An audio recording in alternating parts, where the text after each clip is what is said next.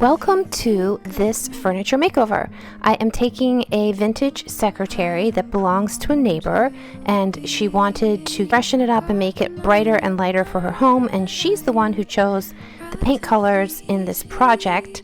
And I am trying to take off the old knobs in this clip, and you can see it was really hard, so I left them and then I actually had to drill them out. I'm cleaning the interior of the secretary with a soft cloth, and then I very gently use a sanding sponge before I adhere the paint. And the interior of the desk is painted in a spray chalk paint that I purchased at Home Depot, and I highly suggest you use a great mask and have a lot of ventilation in the room before applying this product. But it went on really well and adhered beautifully.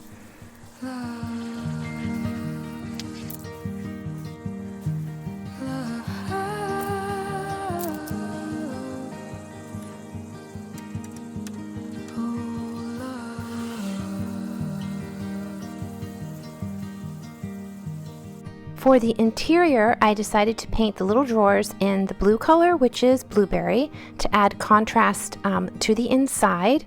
And they're very sweet little drawers, very easily painted, and you'll see at the end how pretty they look against the gray.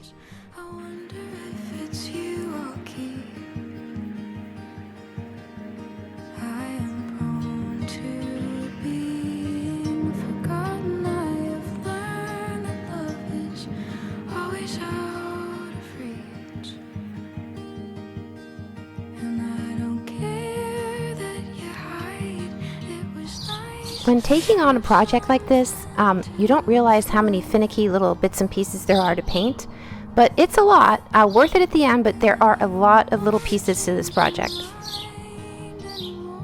I used hemp oil, which is also from Dixie Belle, to clean the interior of the drawers.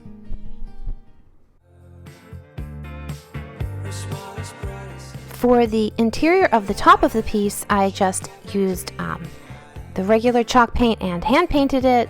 It was a lot easier than the spray paint actually. Taking my brush, I am going to dry brush in or blend in the Driftwood, which is another color by Dixie Belle and matches the interior gray.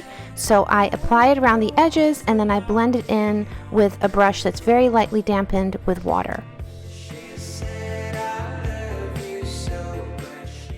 After all of the blending was done, I went in and added a clear coat of wax.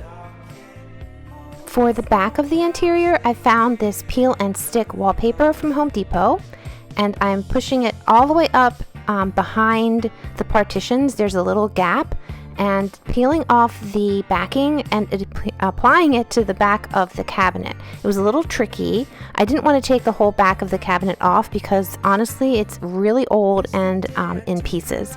So I kept the back on and just squeezed the paper through. As you can see here, very tricky, but I lined up the pattern, pulled the backing off, and then cut off the excess.